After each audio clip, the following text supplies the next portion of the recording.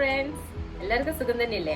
ഞാൻ ഇന്ന് വന്നിരിക്കുന്നത് ഒരു ഇഫ്താർ സ്പെഷ്യൽ നെയ്പത്തിരിയും അതുപോലെ അതിന്റെ ഒപ്പം കോമ്പിനേഷൻ ചിക്കൻ കറിയും റെസിപ്പിയും ആയിട്ടാണ്. എല്ലാവരും ഒന്ന് ട്രൈ ചെയ്ത് നോക്കുക. എല്ലാവർക്കും ഇഷ്ടവും അതുപോലെ തന്നെ കുഞ്ഞുകുട്ടിക്കും ഇഷ്ടമാവുന്ന ഒരു റെസിപ്പി തന്നെയാണ്. എന്റെ നമുക്ക് ഭയങ്കര ഇഷ്ടമായിട്ടുണ്ടായി, അതുകൊണ്ട് ഞാൻ പറഞ്ഞ കുഞ്ഞുകുട്ടിക്ക് ഇഷ്ടമാവുന്നത്. അതുകൊണ്ട് നിങ്ങളൊന്ന് ട്രൈ ചെയ്ത് നോക്കുക. എല്ലാവർക്കും ഇഷ്ടാവും. എല്ലാവരും ഒന്ന് ട്രൈ ചെയ്ത് നോക്കി എല്ലാവരും അത് ഇഷ്ടമായെങ്കിൽ എന്റെ വീഡിയോ ലൈക്കും ഷെയറും സബ്സ്ക്രൈബും ചെയ്യാൻ മറക്കരുത്. അതുപോലെ തന്നെ നിങ്ങളുടെ വിലപ്പെട്ട കമന്റ് ബോക്സിൽ ഇടാൻ മറക്കരുത്. നമുക്ക് ഇഫ്താർ സ്പെഷ്യൽ ആയിട്ട് ഒരു അടിപൊളി ചിക്കൻ കറിയും അതുപോലെ തന്നെ അതിനോടൊപ്പം കഴിക്കാൻ നെയ്പത്തിരിയും ഉണ്ടാക്കാം. അതിന് എന്തെല്ലാം ഇൻഗ്രീഡിയൻസ് നമുക്ക് അത് വീഡിയോയിലൂടെ കാണാം. ഞാൻ ഇവിടെ എടുത്തു വെച്ചിരിക്കുന്നത് കഴുകി വൃത്തിയാക്കി സൊറുക്കിയും മഞ്ഞളും ഇട്ട് കഴുകി വെച്ച ചിക്കൻ ആണ്. പിന്നെ ആവശ്യമായിട്ടുള്ളത് ടൊമാറ്റോ, ഞാൻ 2 തക്കാളി ജ്യൂസ് ആക്കി വെച്ചിരിക്കുന്നതാണ്. പിന്നെ ഇവിടെ ഞാൻ 1.5 ഉള്ളിയാണ് എടുത്തിട്ടുള്ളത്. അത് ഞാനിങ്ങനെ കുറച്ച് കട്ടിയായിട്ടാണ് മുറിച്ചിട്ടുള്ളത്. പിന്നെ മസാലകളായിട്ട് ആവശ്യമായിട്ടുള്ളത് ഉപ്പ്, മുളക് പൊടി, കുറച്ചൊരു 1/4 ടീസ്പൂണാണ് ഞാൻ കൊത്തമല്ലിപ്പൊടിയും മഞ്ഞൾപ്പൊടിയും എടുത്തിട്ടുള്ളത്.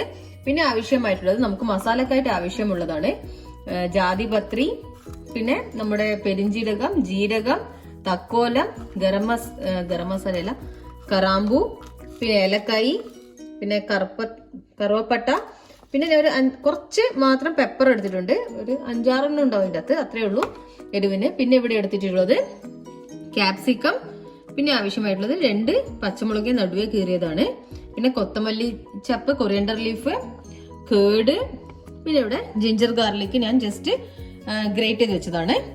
ഇതാണ് നമ്മുടെ ചിക്കൻ കറിക്ക് ആവശ്യമായിട്ടുള്ളത്. ഇനി നമ്മുടെ നെയ്പത്തിരിക്ക് ആവശ്യമായിട്ടുള്ളത് നമ്മുടെ അരി പൊടിച്ചത്. ഇവിടെ ഞാൻ 2 ടൈപ്പില് പൊടി വെച്ചിട്ടുണ്ട്. ഈ ഒരു കുറച്ച് യെലോയിഷ് കാണുന്ന കുറച്ച് തരിതരിയായിട്ട് ഉള്ള അരിപ്പൊടിയാണ്. പിന്നെ ഇവിടെ നല്ല നൈസ് ആയിട്ടുള്ളതാണ്. ഇത് രണ്ടുമാണ് ആവശ്യമായിട്ടുള്ളത്. പിന്നെ നമുക്ക് ആവശ്യമായിട്ടുള്ളത് തേങ്ങ, പിന്നെ നമ്മുടെ ജീരകവും പെരിഞ്ജീരകവുമാണ് ആവശ്യമായിട്ടുള്ളത്. അതാണ് ഇവിടെ എടുത്തു വെച്ചിട്ടുള്ളത്. പിന്നെ നമുക്ക് ആവശ്യമായിട്ടുള്ളത് ഞാനിവിടെ 2 സവാളയാണ് എടുത്തിട്ടുള്ളത്. നമുക്ക് ഉണ്ടാക്കുന്ന രീതി വീഡിയോയിൽ കാണാം.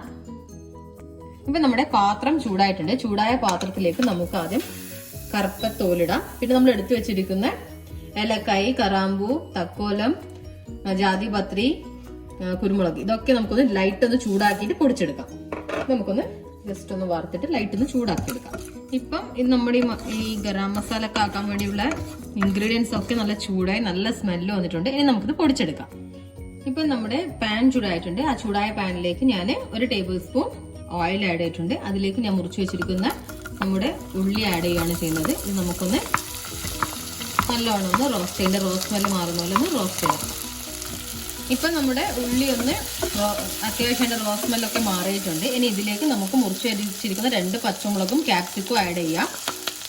നമുക്കൊന്ന് മിക്സ് ചെയ്യാം. ഇതിലേക്ക് തന്നെ നമുക്ക് എടുത്തു വെച്ചിരിക്കുന്നത് നമ്മുടെ ജിഞ്ചറും ഗാർലിക്കും ഉണ്ടല്ലോ, അതും കൂടി ഇതിലേക്ക് ആഡ് ചെയ്യാം. എന്നിട്ട് നമുക്ക് ഇതിന്റെ ഈ ജിഞ്ചറിന്റെയും ഗാർലിക്കിന്റെ എല്ലാം റോസ് സ്മെല്ല് മാറുന്നവരെ നമുക്കൊന്ന് ഫ്രൈ ചെയ്യാം. ഇപ്പം നമ്മുടെ ജിഞ്ചറും ഗാർലിക്കിന്റെ ഒക്കെ റോസ് സ്മെല്ല് മാറിയിട്ടുണ്ട്. ഇനി ഇതിലേക്ക് നമുക്ക് നമ്മൾ നേരത്തെ അടിച്ചു വെച്ചിരിക്കുന്ന ടൊമാറ്റോ ആഡ് ചെയ്യാം.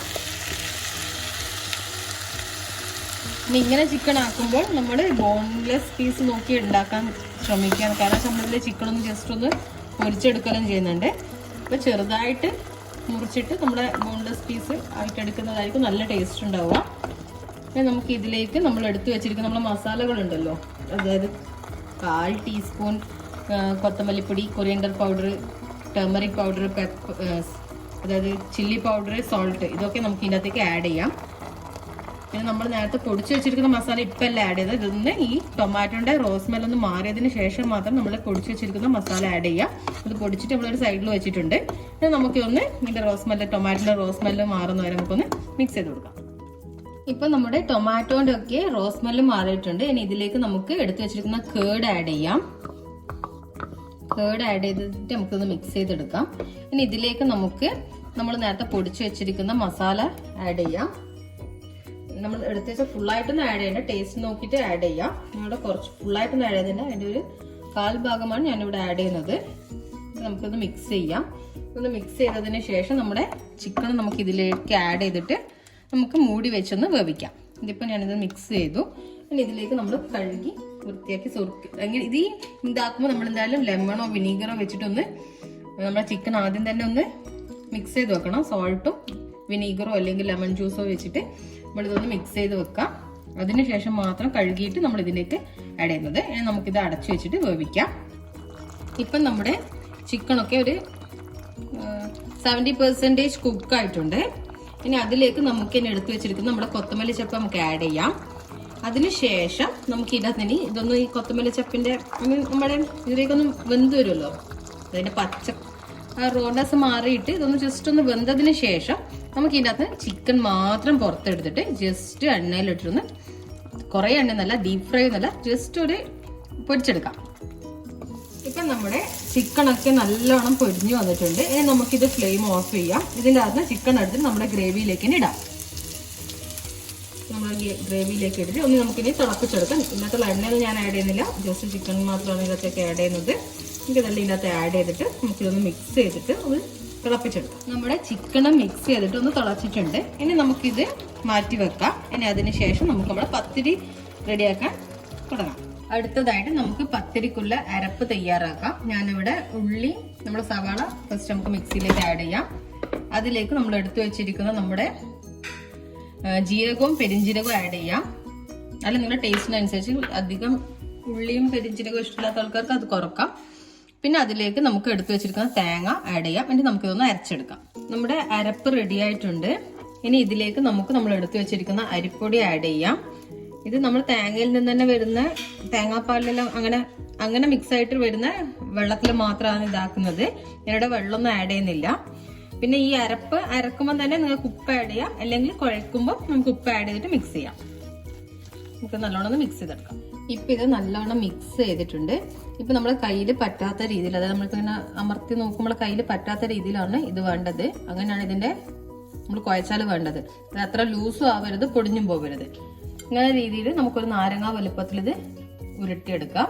അതിനുശേഷം ഞാനിപ്പോൾ ഒരു ഫോയിൽ പേപ്പറിൽ ഞാനിപ്പോൾ കുറച്ച് എണ്ണ ആക്കി വെച്ചിട്ടുണ്ട്. അതിലേക്കാണ് ഞാൻ ഇങ്ങനെ വെച്ചിട്ട് പരത്തുന്നത്. നമുക്കിത് പരത്തിയിട്ട് എടുക്കാം.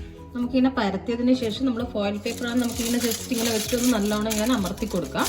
പിന്നെ അമർത്തിയതിന് ശേഷം അത് നല്ല നമുക്ക് ഇങ്ങനെ കിട്ടും. ഇനി നമുക്കിതെടുത്തിട്ട് നമ്മൾ എണ്ണയിലേക്ക് ഇടാം. നമ്മൾ ചൂടായ എണ്ണയിലേക്ക് നമുക്ക് ഇട്ടിട്ട് ഇത് പൊരിച്ചെടുക്കാം.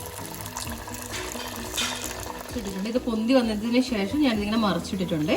ഇനി നമുക്കിങ്ങനെ എല്ലാം നമുക്ക് ഓരോന്നായിട്ട് പൊരിച്ചെടുക്കാം. ഇതിപ്പോൾ ഒരു ഗോൾഡൻ ബ്രൗൺ ആയി, രണ്ട് സൈഡും ആയിട്ടുണ്ടാവും. നമുക്കിതിനി മാറ്റി വെക്കാവുന്നതാണ്. ഇതിന് വേണ്ടിയിട്ട് ഇപ്പുറത്തെ സൈഡ് ആയില്ല എന്നുള്ളത് നമുക്ക് വീണ്ടും അപ്പുറത്തെ സൈഡും കൂടി ഒന്ന് പൊരിച്ചിട്ട്, ഇപ്പം ഇത് രണ്ട് സൈഡും നല്ലൊരു ഗോൾഡൻ ബ്രൗൺ ആയിട്ടുണ്ട്. നമുക്കിതിനി മാറ്റി വെക്കാം കേട്ടോ. നമ്മുടെ അടിപൊളി ചിക്കൻ കറിയും നെയ്പത്തിരിയും റെഡി ആയിട്ടുണ്ട്. നല്ല റെഡ് കളർ ചിക്കൻ കറിയും നല്ല അടിപൊളിയായി പൊന്തി വന്ന ക്രിസ്പി ആയിട്ടുള്ള നെയ്പത്തിരിയും എല്ലാം റെഡി ആയിട്ടുണ്ട്. എല്ലാവരും ഒന്ന് ട്രൈ ചെയ്ത് നോക്കാം. നല്ല ടേസ്റ്റിയാണ്, എല്ലാവർക്കും ഇഷ്ടമാവും. എല്ലാവർക്കും ഇഷ്ടമായെങ്കിൽ എന്റെ വീഡിയോ ലൈക്കും ഷെയറും സബ്സ്ക്രൈബും ചെയ്യാൻ മറക്കരുത്. അതുപോലെ തന്നെ നിങ്ങൾ ഉണ്ടാക്കി നോക്കിയിട്ട് അത് ഇഷ്ടമായെങ്കിൽ നിങ്ങളെ കമന്റ് എന്റെ കമന്റ് ബോക്സിൽ ഇടാനും മറക്കരുതേ.